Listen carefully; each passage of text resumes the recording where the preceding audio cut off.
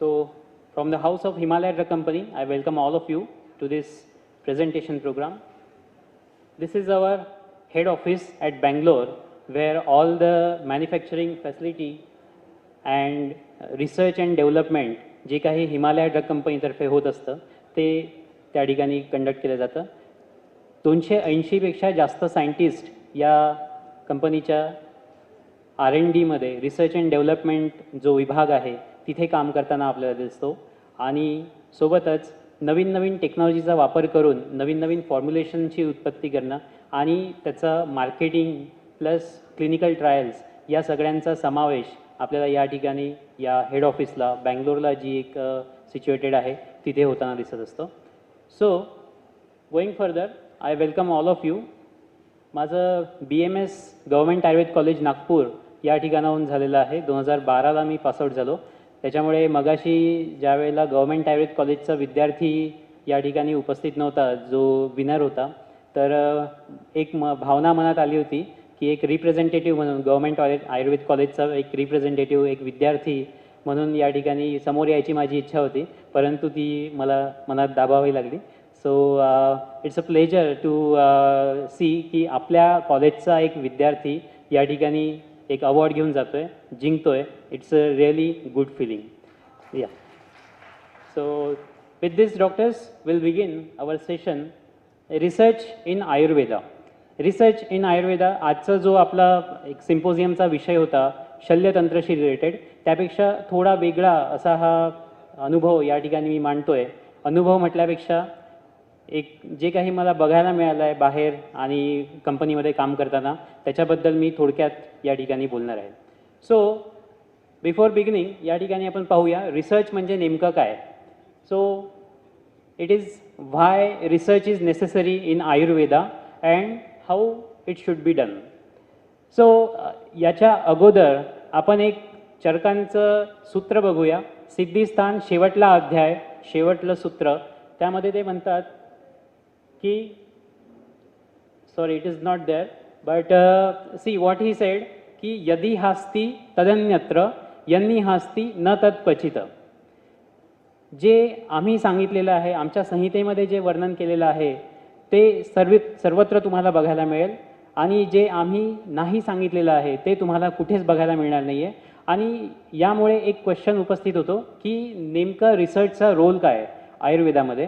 जर आपल्या ऋषीमुनींनी अगोदरच इतकं मोठं वर्णन करून ठेवलेलं आहे तर परत त्याला काही रिसर्च करण्याची खरंच आवश्यकता आहे का, आणि ती आवश्यकता आहे तर ते नेमकं कसं करायचं याबद्दल एक थोडा उहापोह या ठिकाणी आपण करणार आहोत. रिसर्चची डेफिनेशन जर आपण बघायला गेलो तर आपल्याला बघायला मिळतं एक सायंटिफिक जी एक डेफिनेशन यामध्ये दिलेली आहे. आणि I am not here to teach you scientific version, कारण you are already learner scholar आणि त्या ठिकाणी वेगळं रिसर्च शिकवण्याची गरज नाही आहे. पण एक खूप टेक्निकल टर्म ज्या वेळेला आपण बघतो व्हॉट इज रिसर्च, तर तुम्ही बघू शकता systematic investigation towards increasing the sum of knowledge. नॉलेजचं एक सम टोटल वाढवण्यासाठी केला गेलेला प्रयत्न म्हणजे रिसर्च असं या ठिकाणी ते मेन्शन करतायत. परंतु ॲज अ PG स्टुडंट मी ज्या वेळेला PGला होतो किंबहुना आजचे जे विद्यार्थी आपल्याला PGला असताना बघायला मिळतात, स्पेशली आमच्या विदर्भामधले जे विद्यार्थी आहेत त्यांच्या मते रिसर्च म्हणजे something like this, what you are doing when you don't know what you are doing. तुम्ही जे करत आहात ते का करता आहात आणि काय करता आहात ते करणं म्हणजे रिसर्च करणं, असं आजकालचं एक जे PG स्टुडंटचं एक मनातलं जे वक्तव्य असतं ते आपल्याला बघायला मिळत आहे. सो डॉक्टर्स या ठिकाणी आपण पाहूया की रिसर्च करणं म्हणजे नेमकं काय. तर मिल्कपासून ज्या वेळेला आपण घृताची निर्मिती करतो त्या पद्धतीने आपण आपल्याला मिळालेलं ज्ञान नॉलेज याच्यापासून आपण विजडमपर्यंत जात असतो. आणि हे विजडम म्हणजे नेमकं काय आपण एक थोडक्यात बघूया. आपण बघतोय मिल्क कमी गुणांचं, परंतु याचं जेव्हा कन्व्हर्शन होत जातं तेव्हा घीमध्ये म्हणजे अक्षरशः अमृतामध्ये त्याचं कन्व्हर्शन होताना आपल्याला दिसतं. आणि जर आपण बघितलं की knowledge is to know that tomato is a fruit, tomato हे एक फळ आहे हे जाणून घेणं, परंतु विजडम हे आहे की फ्रूट सलाडमध्ये टोमॅटो न टाकणं. दिस इज व्हॉट विजडम इज. म्हणजे तुम्हाला नॉलेज मिळणं आणि विजडम मिळणं यामध्ये थोडा फरक असल्याचं बघायला मिळतोय आणि तोच फरक आपण या ठिकाणी बघतोय. गोईंग अहेड डॉक्टर्स, यदि हास्ती तदन्यत्र यन्नी हास्ती न तत्क्वचित, जसं चरकांनी म्हटलेलं आहे सिद्धिस्थानाच्या शेवटल्या अध्यायात. तर आपण पाहू शकतो की रिसर्चचा नेमका रोल काय आहे ते आपल्याला या ठिकाणी बघायचं आहे. So why has to be done, why research has to be done, it should be more balanced and comprehensive. Research जो करायचा आहे तो एक बॅलन्स पद्धतीने आणि कॉम्प्रेहेन्सिव्ह पद्धतीने करायला हवा. तर पहिल्यांदा लिटररी रिसर्च, जे की आपण पुस्तकांच्या माध्यमातून अभ्यास करतो त्याचा, सोबतच फील्ड रिसर्च जे तुम्हाला तुमच्या हॉस्पिटल्समध्ये, तुमच्या क्लिनिकल ट्रायल्समध्ये, क्लिनिकल प्रॅक्टिसमध्ये बघायला मिळतं.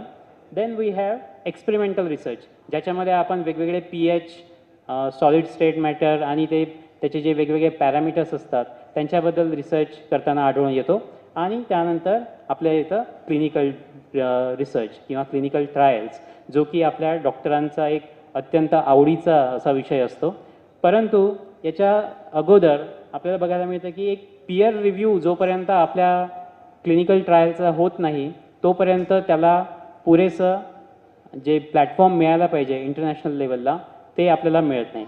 आपल्यापैकी बऱ्याच लोकांनी अनुभव घेतला असेल की तुम्ही एखादी विशिष्ट औषधी एखाद्या विशिष्ट व्याधीवर जेव्हा यूज करता त्यावेळेला तुम्हाला खूप चांगले रिझल्ट मिळतात.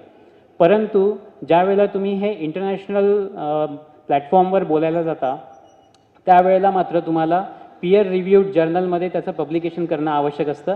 तोवर त्याला as a knowledge, as a wisdom म्हणून मान्यता प्राप्त होत नाही आणि त्याच्यामुळे पियर रिव्ह्यूड जर्नलचं या ठिकाणी वाढतं महत्त्व आजच्या काळामध्ये आपल्याला बघायला मिळतं. सोबतच डॉक्युमेंटेशन आणि पब्लिकेशन हे अत्यंत महत्त्वाचे एक इश्यू आहे, जो की ज्यामध्ये आपले जे आयुर्वेदाचार्य आहेत किंवा आयुर्वेदिक प्रॅक्टिशनर्स जे आहेत ते कमी पडताना आपल्याला दिसतात. जोपर्यंत आपण आपल्या प्रत्येक पेशंटचं डॉक्युमेंटेशन व्यवस्थित करणार नाही तोपर्यंत आपल्याला एक क्युम्युलेटिव्ह रिझल्ट जो त्या ठिकाणी अपेक्षित असतो तो लक्षात येणार नाही आहे. आणि जोवर आपण क्युम्युलेटिव्ह रिझल्ट काढणार नाही तोवर आपल्या पेशंटचं नेमकं काय त्या ठिकाणी त्याला ॲडव्हान्टेज होतो आहे की डिसॲडव्हान्टेज होतं आहे हे आपल्याला लक्षात येणार नाही आहे. गोईंग अहेड डॉक्टर्स, या ठिकाणी आपल्याला एव्हिडन्स जमा करणं खूप आवश्यक असतं. असं म्हणतात की हिमालया ड्रग कंपनीतर्फे जे काही प्रोडक्ट्स तयार केले जातात ते प्रोडक्ट्स आयुर्वेदिक प्रॅक्टिशनर्सपेक्षा कन्सल्टंट जास्त मोठ्या प्रमाणात लिहितात. Because consultants are basically evidence based practitioners. त्यांना एव्हिडन्सची आवश्यकता असते, त्यांना क्लिनिकल ट्रायल्सची आवश्यकता असते. जोवर आपण त्यांना clinical trials, clinical data, experimental data देत नाही तोपर्यंत ते कुठलंही प्रोडक्ट लिहायला तयार नसतात. आणि ज्याला मराठीत आपण म्हणतो बाप दाखव नाहीतर श्राद्ध कर, ही जी एक कंडिशन असते ती मॅक्सिमम जे प्रॅक्टिशनर्स आहेत ॲलोपॅथीचे त्यामध्ये आपल्याला असताना बघायला मिळते. सो एव्हिडन्स जोपर्यंत आपण आपला मांडत नाही तोपर्यंत त्याला जागतिक स्तरावर मान्यता मिळणं थोडं कठीण असतं. Going ahead, it should be able to impact fields of education, pharmacy as well as practice in a profound way. आपण जो काही रिसर्च करतो आहे तो आपल्याला या सगळ्या स्तरावर एक इफेक्ट, एक इम्पॅक्ट त्या ठिकाणी व्हायला पाहिजे. या अगोदर चव्हाण सरांनी जसं म्हटलेलं आहे की हजारोच्या संख्येने आजपर्यंत डिझर्टेशन्स युनिव्हर्सिटीमध्ये सबमिट झालेले आहे, परंतु त्याचा सोशल इम्पॅक्ट काय, त्याचं सामाजिक स्तरावर त्याचा उपयोग काय हे आपल्याला थोडं बघणं आवश्यक असतं. So going ahead, present day Ayurvedic researchers are failing in this respect. कुठेतरी आपण कमी पडतोय आणि त्याच्यामुळे आपल्याला बघायला मिळते Y research in Ayurveda, research नेमकं का आपण करायला पाहिजे. Going ahead doctors, globalisation. आज जर आयुर्वेदाला जागतिक स्तरावर मान्यता मिळत आहे तर त्याच्यामागे केला गेलेला रिसर्च आजपर्यंत आपल्याला बघायला मिळतं. जोपर्यंत तुम्ही बाहेरच्या देशांमध्ये तुमचं प्रोडक्ट पाठवायचं असेल तर त्यांना क्लिनिकल ट्रायल डाटा देत नाही तोपर्यंत त्यांच्यातर्फे कुठलीही ॲक्टिव्हिटी किंवा प्रिस्क्रिप्शन्स आपल्या प्रोडक्ट करता तयार होत नाहीत. आणि सोबतच we have this evidence based medicines. जर आयुर्वेदाला तुम्हाला एव्हिडन्स बेस्ड आयुर्वेदा करायचं असेल, जसं की allopathic practitioners evidence based medicines करतात, तोपर्यंत आपल्याला एक ग्लोबलायझेशन किंवा जागतिक स्तरावरची मान्यता प्राप्त होणार नाही आहे. आणि याचसाठी आपल्याला आयुर्वेदामध्ये रिसर्चची वाढती आवश्यकता असल्याचं बघायला मिळतं आहे. सोबतच वी हॅव इंडस्ट्रियलायझेशन. आपण बऱ्याचदा बघतो की हाताने तयार केलेलं औषध किंवा एक रसशास्त्राचा मी स्वतः विद्यार्थी असल्यामुळे ज्यावेळेला आपण पारद आणि गंधकाची कज्जली घोटतो त्यावेळेला हाताने घोटलेली कज्जली आणि मशीनने घोटलेली कज्जली यामध्ये थोडा गुणांमध्ये सुद्धा फरक पडताना आपल्याला दिसतो. परंतु या सगळ्या जी कमतरता यामध्ये आहे त्यावर मात करून आपल्याला जे इंडस्ट्रियल लेवलचं प्रोडक्शन घेणं आवश्यक असतं. Because manually you can't produce larger number of medicines.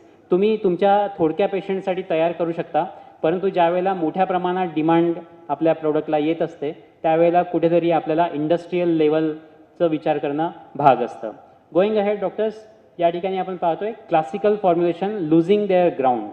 कुठेतरी क्लासिकल फॉर्म्युलेशन्सला किंवा त्यामध्ये असणारे जे रसद्रव्य आहे त्यांना वेगवेगळे नावं ठेवण्याचा प्रघात आजकाल आलेला आहे. स्पेशली कन्सल्टंट्स जे असतात त्यांच्या मते जे काही हेवी मेटल पॉइझनिंग असतं ते केवळ आयुर्वेदिक फॉर्म्युलेशनद्वारेच होतं असं त्यांचं म्हणणं असतं. परंतु असा कुठलाही परिणाम जर व्यवस्थितरित्या भस्म किंवा त्या ठिकाणी कज्जली तयार केली गेलेली असेल तर आपल्याला होताना दिसत नाहीत. आपल्याला हे त्यांना पटवून द्यावं लागेल, त्यांच्या लँग्वेजमध्ये पटवून द्यावं लागेल आणि याचकरता आयुर्वेदामध्ये रिसर्चची आवश्यकता असताना आपल्याला दिसत आहे. गोईंग अहेड, फार्माकोव्हिजिलन्स किंवा ड्रग सेफ्टी. फार्माकोव्हिजिलन्स म्हणजे एकदा आपलं प्रोडक्ट मार्केटमध्ये आलं की त्याचं काही साईड इफेक्ट होतात का किंवा त्याचे काही दुष्परिणाम जाणवतात का, ॲडवर्स ड्रग रिॲक्शन बघायला मिळते का, त्याच्याबद्दल काम करणारी जी एक ऑर्गनायझेशन किंवा एक संस्था टाईपचं आपण म्हणू शकतो त्यांचं एक कंप्लीट चेन असतं फार्माकोव्हिजिलन्सचं. की केमिस्टकडे सगळ्यात प्रथम ज्या वेळेला पेशंट जातो आणि तो सांगतो की तुमच्या या प्रोडक्टमुळे मला असा असा त्रास झाला किंवा डॉक्टरला तो सांगतो, तेव्हा ती जबाबदारी असते त्या डॉक्टरची किंवा त्या केमिस्टची की त्यांचं जे फीडबॅक आहे ते वरच्या लेवलपर्यंत पोहोचवणं. आणि नॅशनल लेवलला फार्माकोव्हिजिलन्स सेंटर दिल्लीला कार्यरत आहे, त्यामध्ये पूर्ण एक फार्माकोव्हिजिलन्स डाटा मेंटेन केला जातो आणि त्या डाटाचा आधार घेऊन त्या ड्रगची सेफ्टी किती आहे, एफिकेसी किती आहे ते ठरवण्याचा प्रयत्न केला जात असतो.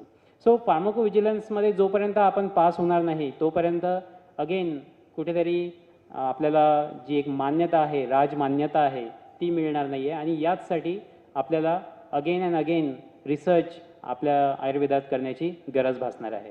Going ahead doctors, again drug standardisation and quality control. आपण जर नागपूरला एक च्यवनप्राश तयार केलं, नागपूरचे आवळे घेऊन एक च्यवनप्राश तयार केलं आणि लातूरला आवळे ग्रहण करून च्यवनप्राश तयार केलं तर दोघांच्या कन्सिस्टन्सीमध्ये, दोघांच्या गुणांमध्ये अतोनात फरक असल्याचं आपल्याला दिसेल. जर केवळ या इतक्या शॉर्ट अंतरामध्ये जर आपल्या फॉर्म्युलेशनमध्ये फरक पडतोय तर डेफिनेटली लार्जर स्केलवर किंवा जेव्हा आपण नॅशनल लेवलला विचार करतो तेव्हा आपल्या फॉर्म्युलेशनमध्ये बराच फरक पडताना आपल्याला दिसतो. किंबहुना जर तुम्ही तुमच्या कॉलेजमध्ये बॅचेस जर चालवत असाल रसशास्त्राच्या तर त्याच्यामध्ये तुम्हाला बघायला मिळेल की आपल्या 2 भस्मांच्या सॅम्पलमध्ये सुद्धा बराच फरक पडताना दिसतो. तर हा फरक नेमका का असतो किंवा ते का त्या ठिकाणी उत्पन्न होतो याबद्दल आपल्याला माहिती घेणं आवश्यक आहे. ड्रग स्टँडर्डायझेशन किंवा एकसारखी जी ड्रग आहे ती निर्मिती व्हावी यासाठी आपल्याला प्रयत्न करणं आवश्यक असतं. गोईंग अहेड, न्यू ड्रग्स, नवीन ड्रग्सची निर्मिती करणं किंवा नवीन फॉर्म्युलेशन तयार करणं यासाठी सुद्धा आपल्याला रिसर्चची या ठिकाणी गरज पडणार आहे. Going ahead, new indications. जसं आपण पाहतो की ॲस्पिरिन ज्या वेळेला मार्केटमध्ये आलं होतं त्यावेळेला ते ॲज अ पेन किलर म्हणून सांगितलं गेलं, त्याचं जे डिस्क्रिप्शन होतं ॲज अ पेन किलर म्हणून केलं गेलं. त्यानंतर लक्षात आलं की ॲस्पिरिनमध्ये प्लेटलेट इनिबिटिंग ॲक्टिव्हिटी आहे आणि त्याच्यामुळे ते CVDच्या पेशंटमध्ये आपण यूज करू शकतो असं त्यांचं एक इंडिकेशन्स बघायला मिळालं. आणि दिस इज वॉट ब्रँड एक्सटेन्शन किंवा इंडिकेशनचं वाढवणं ज्याला आपण म्हणतो आपण पाहू शकतो. नवीन इंडिकेशन्स आपण या ठिकाणी जनरेट करू शकतो. प्रायमरीली आपण जर विचार केला अभ्रक भस्माचा तर अभ्रक भस्म कशामध्ये इंडिकेटेड आहे? Anything from your side feedback? अभ्रक भस्माचं इंडिकेशन काय आहे? एनीवन? रसशास्त्राचं कोणीच नाही वाटतं इथं, सगळे सर्जन्स आणि UG विद्यार्थी आहेत. आय थिंक UG जे विद्यार्थी तरी सांगू शकतील अभ्रक भस्माचं इंडिकेशन. Yes ma'am. श्वासरोगावर, एक्झॅक्टली. परंतु जर आपण विचार केला की ज्या वेळेला अभ्रक भस्माची निर्मिती होते त्यावेळेला जर आपण जे रॉ अभ्रक आहे त्याचं शोधन जर दशमूळ क्वाथामध्ये केलं तर आपल्याला श्वासरोगामध्ये अत्यंत उत्तम काम होताना दिसतं. परंतु जर तुम्हाला अभ्रक भस्मापासून रसायन गुण हवा असेल तर तुम्हाला त्या अभ्रकाचं शोधन दुधामध्ये करावं लागतं आणि त्याच्यामुळे जर तुम्ही दुधामध्ये त्या अभ्रकपत्राचं शोधन केलं तर रसायन हा जो गुणधर्म आहे हा वाढीव मोठ्या प्रमाणात आपल्याला बघायला मिळतो. So this is what new indications is. तुम्ही तुमच्या जे रिसर्च आहे त्याचा प्रयोग नवीन नवीन इंडिकेशन्समध्ये करू शकता. अभ्रक भस्म म्हटलं की पहिलं इंडिकेशन आपल्याला श्वासरोग आठवतो, रेस्पिरेटरी सिस्टम आठवते, परंतु वेगवेगळ्या पद्धतींचा अवलंब करून आपण दुसऱ्या इंडिकेशन्समध्ये सुद्धा त्याला उपयोग करून घेऊ शकतोय. Going ahead doctors, fundamental principles. आपण सगळ्यांना ठाऊक आहे की त्रिदोष सिद्धांत आहे, त्यानंतर धातुपोषण न्याय आहे, सगळं मान्य आहे. पण ज्या वेळेला आपण याचं एव्हिडन्स मागतो किंवा पॅथोफिजिओलॉजी याची नेमकी काय आहे त्यावेळेला मात्र आपल्याला कुठेतरी नमतं घ्यावं लागतं. कुठेतरी आपल्याला जे आपल्या आचार्यांनी सांगितलेलं आहे त्यालाच गृहीत धरून चालावं लागतं. परंतु जोपर्यंत आपण या फंडामेंटल प्रिन्सिपल्सवर संशोधन करणार नाही तोपर्यंत आपल्याला जे ग्लोबलायझेशन जी आवश्यकता आपली आहे ती आपल्याला ग्रहण करणं शक्य होणार नाही आहे. कारण जोपर्यंत तुम्ही तुमच्या बेसिक प्रिन्सिपल्सला स्ट्रॉंग नसाल तोपर्यंत तुम्ही तुमचे बेसिक प्रिन्सिपल्स समोरच्याला कसे समजून सांगणार. समोरचा व्यक्ती जर MBBS MD आहे, तुम्ही त्याला त्रिदोष सिद्धांत कसा समजून सांगणार, त्याला ते नाही समजणार आणि त्याच्यामुळे त्याला अशा काही भाषेत मांडण्याची आवश्यकता आहे की जी त्याच्याही पचनी पडेल, त्यालाही ती ग्रहण करताना सोपी होईल. Going ahead doctors, to develop and understand Ayurveda further. आपल्याला जेवढा आयुर्वेदा कळलेला आहे तो अगदी शतांश टक्के आहे. अगदी असं म्हणता येईल की समुद्र समोर उभा आहे आणि आपण फक्त पाय ओले करत उभे आहोत आजच्या घडीला. So further understanding of Ayurveda is very much necessity आणि त्याकरिता तुम्हाला रिसर्च वारंवार त्या ठिकाणी करावं लागणार आहे, आयुर्वेदाशी निगडीत रिसर्च करावा लागणार आहे. So this is about why there is necessity of research in Ayurveda. Now going ahead doctors, so how to do research. कसं एक नेमकं तुम्ही तुमच्या लेवलला करू शकता किंवा तुमच्या हॉस्पिटल्समध्ये क्लिनिकल प्रॅक्टिसमध्ये तुम्ही नेमकं काय करू शकता, एक थोडक्यात डिस्कशन करण्याचा प्रयत्न करणार आहे. I am not just kind of teaching, परंतु एक 1-to-1 डिस्कशन आय थिंक या ठिकाणी हाऊ टू डू रिसर्चमध्ये डेफिनेटली होऊ शकतो आहे. Going ahead, following the modern research protocols. जे की मॉडर्नचे रिसर्च आहेत, एक्सक्लुजन क्रायटेरिया आहे, इन्क्लुजन क्रायटेरिया आहे, पॅरामीटर्स आहेत त्यांचे, त्याला जर आपण कन्सिडर केलं तर आपल्या आयुर्वेद शास्त्राची खरंच रिसर्च करणं शक्य आहे का? What is your opinion? जर आपण आपलं आयुर्वेदिक मेडिसिन लावतोय तर त्यामध्ये या फॉरेन प्रिन्सिपल्स किंवा जे ॲलोपॅथिक जे प्रिन्सिपल्स आहेत त्याचा वापर करून आपल्या आयुर्वेदामध्ये आपण संशोधन करू शकतो का? व्हॉट्स युअर ओपिनियन? काय वाटतं तुम्हाला? करू शकतो की नाही करू शकत? दोनच आन्सर आहेत, हो की नाही. कन्फ्युज्ड? कारण आजच्या घडीला होणारे सगळे रिसर्च आपल्याला याच प्रोटोकॉलचा आधार घेऊन होताना दिसतात. कारण आपल्याला अजून त्यांच्या भाषेमध्ये मांडण्याची जी आपली क्षमता आहे ती अजून आपण डेव्हलप केलेली नाही आहे. त्रिदोष सिद्धांत म्हणजे नेमकं काय हे आपल्याला अजून कळलेलं नाही आहे. त्याला मॉडर्न लँग्वेजमध्ये कसं मांडायचं किंवा पॅथोफिजिओलॉजिकली त्याला कसं आपण बसवायचं याची अजून आपल्याला जी एक पुरेशी समज असायला पाहिजे ती अजून झालेली नाही आहे. त्याच्यामुळे अगेन फंडामेंटल प्रिन्सिपल्सचा आपल्याला उहापोह या ठिकाणी करणं आवश्यक आहे. Going ahead doctors, following completely Ayurvedic protocols. पूर्णपणे आयुर्वेदिक प्रोटोकॉल्सचा आधार घ्यायचा. फॉर एक्झाम्पल, आपल्याकडे दशविध परीक्षाभाव सांगितलेले आहेत, दशविध परीक्षा सांगितलेल्या आहेत. जर आपण आपल्या पेशंटमध्ये रिसर्च करतोय, आयुर्वेदिक मेडिसिनचा रिसर्च करतोय, तर कुठेतरी जर आपण कम्प्लिटली आयुर्वेदिक स्ट्रॅटेजी जर त्या ठिकाणी यूज करायचं ठरवलं तर आपल्याला दशविध परीक्षाभाव लक्षात घेणं आवश्यक आहे. यासोबतच आणखीही बरेचसे घटक त्या ठिकाणी येत असतात. परंतु या पद्धतीने रिसर्च करणं शक्य आहे का? अगेन माय क्वेश्चन, की तुम्ही तुमच्या पेशंटला फॉर एक्झाम्पल या हॉलमध्ये काही फीवरचे रुग्ण आहेत, काही ज्वराचे रुग्ण आहेत, तर या ज्वराच्या रुग्णामध्ये तुम्हाला बघायचं आहे की त्रिभुवन कीर्ती रस काम करतं की नाही, how it is efficient in controlling the fever. कसं करणार आपण? मॉडर्नचं पॅरामीटर सांगतं की रँडमली सिलेक्ट करा पेशंटला आणि त्याचे 2 ग्रुप तयार करा. त्यातल्या एक ग्रुपला त्रिभुवन कीर्ती द्या, दुसऱ्या ग्रुपला प्लॅसिबो द्या किंवा स्टँडर्ड जे काही मेजर आहे ते द्या आणि त्यांचं रिझल्ट बघा. परंतु आयुर्वेदिकदृष्ट्या विचार केला तर खरंच हे शक्य होईल का? कारण त्रिभुवन कीर्तीचं जर आपण जे फॉर्म्युलेशन बघितलं, पाठ बघितला, तर हिंगुलमचं विषम व्योषम टंकनम मागधी शिफाम असं त्याचं कंटेंट असल्याचं आपल्याला दिसतं. विषम व्योषम, विष म्हणजे साक्षात त्यामध्ये वत्सनाभ आपण घातलेला आहे. तर या वत्सनाभाचा जर एखादा पेशंट पित्त प्रकृतीचा असेल किंवा त्याला पित्त ज्वर जर असेल तर त्यामध्ये त्याला फायदा होईल की नुकसान होईल? नुकसान होईल.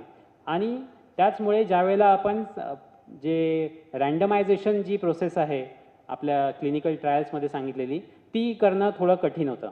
कारण समजा यामध्ये आपल्याकडे 1000 पेशंट्स आहेत या हॉलमध्ये बसलेले, जे की फीवरनी ग्रस्त आहेत, ज्यांना ज्वर आहे. परंतु या 1000 पैकी केवळ 600 ते 700 पेशंट असे असतील ज्यांना वात श्लेष्मत ज्वर आहे, ज्याच्यावर त्रिभुवन कीर्ती अत्यंत चांगली काम करताना आपल्याला दिसते. सो ज्या वेळेला आपण पित्तज प्रकृतीचे व्यक्ती आपल्या ग्रुपमध्ये घेणार तर त्यांना फायदा होण्याच्या ऐवजी नुकसान व्हायची शक्यता जास्त आहे. त्यांचं हार्ट रेट पाल्पिटेशन त्या ठिकाणी व्हायची शक्यता आहे, हार्ट रेट वाढण्याची शक्यता आहे वत्सनाभामुळे. आणि सोबतच आपल्याला जे कंट्रोलिंग मेजर पाहिजे होतं फीवरचं ते त्या ठिकाणी अचीव होणार नाही आहे. परंतु मग यावर उपाय काय? तर उपाय एक होऊ शकतो, हा जो आपला एरर येतो आहे आपल्या या ट्रायल्समध्ये, या एररला कमी करण्यासाठी आपण काय करू शकतो? सिनियर्सपैकी कोणी एररला जर कमी करायचं असेल क्लिनिकल ट्रायल्समध्ये तर आपण काय करतो? एनिथिंग? सॅम्पल साईजबद्दल काही ऐकलं आहे आपण? असं म्हणतात की एरर जर कमी करायचं असेल तर सॅम्पल साईजला वाढवायला सांगितलेलं आहे. इन्व्हर्सली प्रपोर्शनॅलिटी त्या ठिकाणी असल्याचं आपल्याला दिसतंय. त्याच्यामुळे जर आपण पेशंटची संख्या जर वाढवली तर कदाचित आपल्याला आपले जे पेशंट हवे आहेत वात श्लेष्मत ज्वराचे त्यांच्या सिलेक्ट व्हायची प्रोबॅबिलिटी त्या ठिकाणी वाढणार आहे. So larger number of patient has to be taken while dealing with any of the Ayurvedic formulation, जर आपल्याला कम्प्लिटली आयुर्वेदिक पद्धतीने त्या ठिकाणी रिसर्च करायचा आहे तर. So then we have case study. Case study तुम्ही तुमच्या पेशंट लेवलला करू शकता. तुमच्याकडे येणारा पेशंट तुम्ही नोट डाऊन करू शकता की याची प्रकृती ही होती आणि यामध्ये सर्वात प्रथम आपल्याला असे असे लक्षण बघायला मिळाले आणि हे पर्टिक्युलर फॉर्म्युलेशन यूज केल्यानंतर आपल्याला असा असा फायदा या ठिकाणी झालेला आहे. सो केस स्टडी प्रत्येकाने स्वतःच्या क्लिनिकल प्रॅक्टिसमध्ये अंगीकारावं असं एक सगळ्यांचं मत आहे. कारण जोपर्यंत एक क्लिनिकल डाटा आपल्याला बेस लेवलपासून मिळत नाही तोपर्यंत आपण समोर जी प्रगती आवश्यक आहे ती अचीव करू शकत नाही. So this is about the case study आणि सगळ्यात महत्त्वाचं क्लिनिकल ट्रायल, ज्याबद्दल आपण अगोदरच बोललेलो आहोत की लार्जर सॅम्पल साईज, लार्जर त्या ठिकाणी जी पॉप्युलेशन आपल्याला ग्रहण करायची आहे ती ग्रहण करून आपण आपल्या पेशंटला जे एक्झॅक्ट रिझल्ट हवे आहेत आपल्या फॉर्म्युलेशनच्या माध्यमातून ते मिळवण्याचा प्रयत्न करू शकतो. सो अगेन याचे वेगवेगळे study designs you are all aware of it. I am not going deep in to that because this is not what I am mean to say today. परंतु आपण बघू शकतो की केस स्टडी हा एक खूप महत्त्वाचा भाग आहे.